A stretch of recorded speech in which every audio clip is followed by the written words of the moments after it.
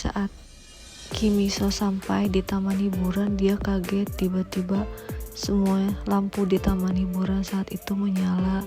Padahal taman hiburan saat itu masih tutup. Dan di belakang Kimiso datanglah bosnya, yaitu Leongjun. Ternyata semua ini adalah kejutan dari Leongjun kepada Kimiso. Semalaman mereka bermain di taman hiburan.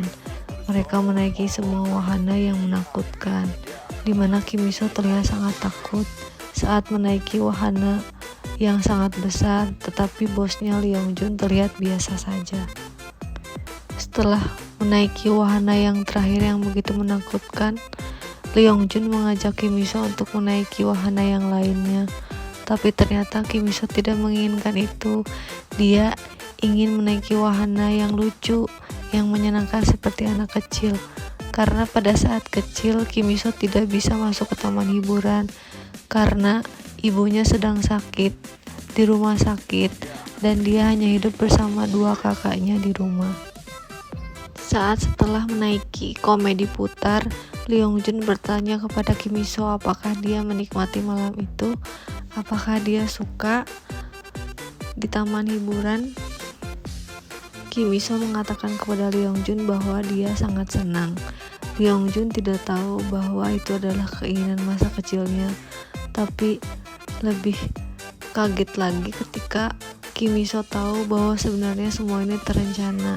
Leongjun tahu semua yang diinginkan oleh Kimiso, apa yang diinginkannya ketika ia kencan dengan seorang laki-laki, yaitu bermain ke taman hiburan. Sebenarnya Leongjun tahu semua yang diinginkan oleh Kimiso, yaitu dari kuesioner yang dia berikan kepada Kimiso dan teman-temannya pada saat sedang makan malam. Tidak sampai di situ, Leongjun juga mengajak Kimiso untuk naik kapal laut dan melihat pemandangan yang indah saat malam hari. Itu juga adalah bagian dari keinginan Kimiso saat dia kencan. Tapi di atas kapal, Kimiso mulai merasakan kedinginan dan Leongjun mulai ketakutan bahwa rencana yang ia berikan kepada Kimiso akan gagal karena kedinginan bukanlah bagian dari rencana Leongjun untuk menyenangkan Kimiso. Tapi ternyata Kimiso sudah membawa selendang hangat dan Leongjun tidak terlalu khawatir setelahnya. Tapi Kimiso berkata kepada Leongjun bahwa laki-laki yang sebenarnya itu harusnya perhatian dan memberikan jasnya kepada perempuannya.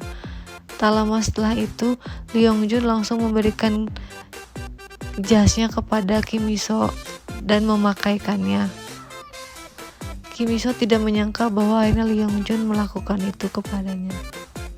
Satu persatu rencana Leongjun untuk menyenangkan Kimiso akhirnya tercapai. Dan akhirnya tiba di mana Leongjun harus mengantarkan Kimiso pulang.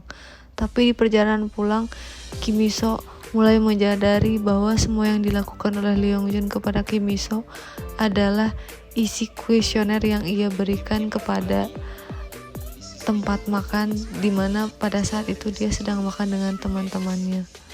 Dan setelah sampai di rumah Kimiso, Leongjun langsung pergi ke bagasi mobil. Dan Kimiso di situ langsung tahu bahwa Leongjun akan mengeluarkan boneka besar, dan ternyata memang benar. Tapi tiba akhirnya di mana Kimiso ingat tentang kuesioner terakhir yang ia isi, yaitu ia menginginkan ciuman terakhir dari pasangan kencannya waktu itu. Dan tiba-tiba Leongjun mendekat kepada Kimiso. Kimiso langsung kaget dan dia langsung mendekatkan boneka besarnya. Tada! Rencana terakhir itu pun gagal. Akhirnya Kimiso masuk ke dalam rumahnya dan Leongjun meratapi bahwa rencana terakhirnya itu gagal total. Setelah sampai di rumah, Leongjun mengingat kembali apa yang telah ia lakukan kepada Kimiso. Dia tahu bahwa rencananya selama ini belum berhasil, tapi dia merasa tenang karena merasa bahwa Kimiso telah mendapatkan kutukan orang kaya darinya. Meskipun Kimiso terlihat tidak ingin, tapi sebenarnya sedikit demi sedikit kutukan itu mulai menggerogoti hatinya. Di rumah, Kimiso mendapatkan pesan dari teman kencan butanya tentang kejadian di tahun 1994. Tapi saat tertidur dia mulai bermimpi bahwa ia harus mengingat nama anak yang ada di dalam masa lalunya itu. Tapi dia sekuat apapun mengingatnya, dia tidak bisa mengingatnya. Sebelum pergi kerja, dia memeluk boneka sapi di rumahnya yang dibelikan oleh Leong Jun. Tapi dia merasa kaget ketika melihat ada hadiah di dalam kantung boneka kerbau itu. Boneka kerbau itu dinamai adalah sapi pekerja. Di kantor, dia membawa hadiah yang ada di dalam boneka sapi pekerja itu, dan dia menanyakan kepada Leong Jun apakah hadiah itu tertinggal di dalam saku sapi pekerja. Tapi ternyata itu bukan tertinggal, memang itu hadiah untuk Kim Mi-soo dari Leong Jun. Saat sedang memasangkan dasi Leong Jun, Kim Mi-soo mengingat kejadian malam itu dan dia merasakan kaget. Jantungnya berdetak tiada henti dan ia merasa sangat kegerahan. Tapi semua itu tidak terjadi. Kim Mi-soo langsung kembali ke mejanya dan ia memakai hadiah yang ada di saku sapi pekerja itu. Ternyata hadiah itu adalah berupa kalung. Di kamar mandi ia ditelepon oleh kakaknya dan diingatkan bahwa ia ada janji kencan buta bersama dengan teman kakaknya. Tetapi pada saat ia sedang menelpon, ternyata ada Kim Ji-ah di dalam kamar mandi yang mendengarnya. Dan tidak lama Bong Sera pun keluar, dan sepertinya itu bukan kabar yang baik jika Bong Sera sudah mengetahui bahwa Kim Mi-soo akan mendapatkan kencan buta. Dan Kim Ji-ah pun tidak sengaja mengatakan itu kepada Leong Jun. Leong Jun terlihat kaget dan seharian ia memikirkan apa yang akan dilakukan oleh Kim Mi-soo dalam kencan butanya. Teman kencan butanya saat itu adalah Park Byung-eun, di mana Pak mengetahui Kim Mi-soo itu dari sebuah foto dan dia langsung menyukai Kim Mi-soo karena terlihat bahwa Kim Mi-soo adalah seorang pekerja keras. Setelah bertemu, mereka langsung pergi ke tempat makan yang merupakan tempat terkenal menurut Pak. Namun di tengah-tengah saat mereka sedang berbicara, Pak memberikan makanan yang telah ia potong-potong sebelumnya kepada Kim Mi-soo. Namun Kim Mi-soo kembali mengingat saat ia ada di tempat hiburan bersama Leong Jun, di mana Leong Jun pun melakukan hal yang sama.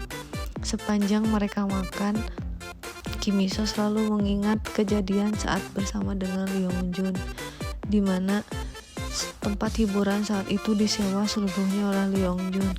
Namun pada saat dia sedang kencan buta, tempat makan di mana tempat ia makan itu tidak disewa juga oleh Park Byung-eun, melainkan tempat itu sangat ramai dan sangat penuh sesak. Kim Mi-soo pun hampir terpukul oleh tas di mana orang sebelahnya. Di akhir kencan butanya, ternyata teman sekantornya melihat Kim Mi-soo sedang bersama Papak, yaitu teman kencan butanya, di mana Kim Mi-soo sedang diambilkan sesuatu di belakang telinganya. Tapi teman kantornya itu malah memotret kejadian itu dan dia mengirimkannya kepada semua karyawan di perusahaan. Dan tidak sengaja Leong Jun saat itu melihat foto itu dan dia langsung terlihat sangat marah kepada Papak karena Papak yang memberitahu tentang kejadian malam itu pada saat Kim Mi-soo sedang berkencan dengan Park Byung-eun. Karena Park Byung-eun adalah seorang wartawan, Kim Mi-soo menanyakan kepada Park Byung-eun tentang kejadian tahun 1994. Tapi Park Byung-eun merasa bahwa itu adalah kasus yang sudah sangat lama. Tapi Park Byung-eun berjanji kepada Kim Mi-soo akan memberitahunya ketika dia sudah mengetahui tentang informasi tahun 1994 itu. Namun di tengah-tengah saat semuanya akan berakhir, dasi Park Byung-eun terlepas dan Kim Mi-soo membetulkan dasinya. Tetapi Leong Jun tidak sengaja melihat semua itu dan merasakan marah lalu memarahi Kim Mi-soo.